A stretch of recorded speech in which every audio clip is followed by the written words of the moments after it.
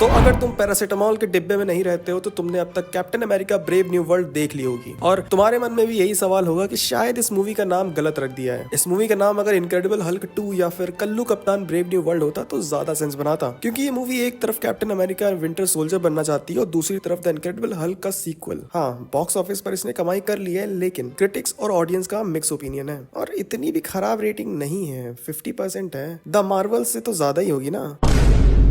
खैर, रेटिंग तो खरीदी भी जा सकती है इंडियन मीडिया की तरह, लेकिन हम बात करेंगे फैक्ट्स के ऊपर। तो आज मैं इसी के बारे में बात करने वाला हूँ कि ऐसा कौन सा एक्स फैक्टर था जो मिसिंग था the captain America brave new world से, जिसने की मूवी का ये हाल कर दिया। गिरता हुआ वो आसमां से आकर गिरा जमीन पर ख्वाबों में।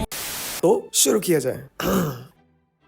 कभी सोचा है तुमने कि हम स्टीव, टोनी, थॉर की स्टोरीज में इतना इन्वेस्टेड क्यों रहते हैं? क्यों वो हमारे इतने फेवरेट बन गए इन 17 सालों में? वेल, तो हमने उनकी जर्नी को बहुत ही क्लोजली देखा है, उनकी हार्डशिप को, उनकी लव लाइफ को, वो जहाँ थे, वो जहाँ तक पहुंचे, वहां तक पहुंचने का जो स्ट्रगल था, वो सब हमने देखा है। और कोई भी कैरेक्टर उनकी जगह नहीं ले पा रहा है, फिर चाहे वो जेन फॉस्टर का थॉर हो या फिर आयरन हार्ट हो या फिर सैम विल्सन का कैप्टन अमेरिका हो। भले ही इन कैरेक्टर को हम कुछ टाइम से जरूर देखते आ रहे हैं, लेकिन हम अभी भी इनके बारे में ज्यादा कुछ नहीं जानते। भाई, सैम विल्सन के बारे में हम क्या जानते हैं सिवाय इसके कि वो एक एक्स पायलट था, और तो उसके बारे में हमें कुछ भी नहीं पता। इस चीज को थोड़ा बहुत टच अपॉन करा गया था falcon and the winter soldier series में। तो तुम्हें अगर याद हो तो उसमें भी कैप्टन यानी कि सैम खुद को कैप्टन अमेरिका बनने के लिए लायक नहीं समझता है। उसे लगता है कि उससे बेहतर कैप्टन अमेरिका बकी बन सकता था।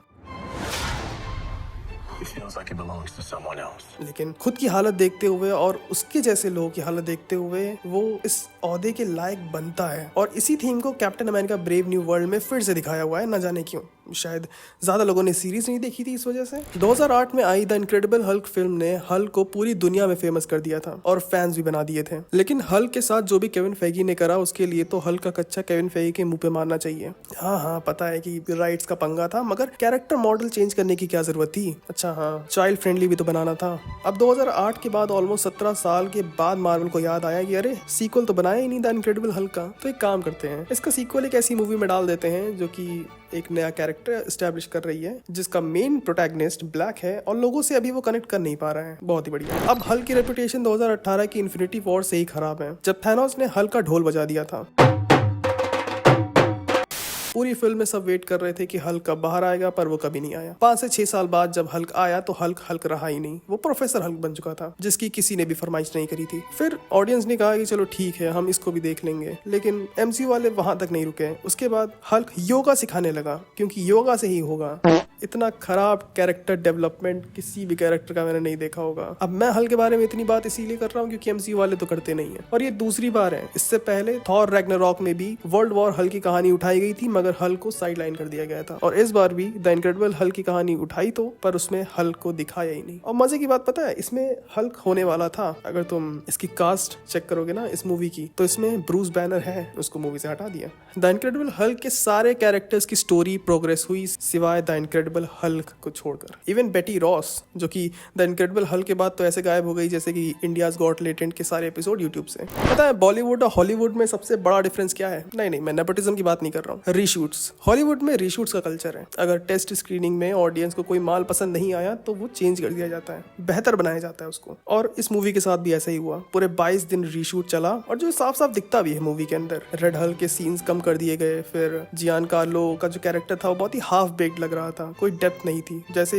वो एक्टर हैं, बहुत ज्यादा पोटेंशियल होल्ड करते हैं, लेकिन बहुत ही सरफेस लेवल लगा उनका काम। द लीडर का लुक चेंज कर दिया, जो कि बहुत ही वाहियात था, बहुत ही घिनौना लग रहा था देखने में। कई सारे कैरेक्टर्स को हटा भी दिया गया, जैसे कि सेथ रॉलिंस का कैरेक्टर हटा दिया गया, रोजा सलाजार का कैरेक्टर हटा दिया गया, जो कि रीशूट के टाइम पे वो था, बट न जाने क्यों उसको फाइनल मूवी में नहीं रखा। सर्पेंट सोसाइटी का जो पूरा एंगल था वो भी बहुत ही लिमिट कर दिया। बेसिकली उनका जो मेन एम था वो बस सैम विल्सन का कैप्टन अमेरिका और रॉस थंडरबोल्ट ही था। और ये जो लोग कंप्लेन करते हैं ना कि अब एमसीयू की मूवीज वो बात नहीं रखती हैं, तो उनके लिए मैं यही कहना चाहूंगा कि एमसीयू की मूवीज हमेशा से ही ऐसी थी। बस क्या था कि उस टाइम पर ही दुनिया भर के ब्रेक डाउन करने वाले नहीं थे। अब एक 2 से 2.5 मिनट के ट्रेलर को तुम फ्रेम बाय फ्रेम ब्रेक करोगे तो तुम्हें 80% ऑफ द स्टोरी तो पता चली जाएगी ना। और फिर जब उस ब्रेकडाउन को देख कर तुम मूवी देखने जाते हो तो तुम्हें कहाँ से वो मूवी सरप्राइज करेगी, किस एंगल से तुम ये सोच के भी जा सकते हो कि हाँ मुझे कुछ नया देखने को मिलेगा। जब तुमने जितनी लंबी मूवीज नहीं होती उससे ज़्यादा तो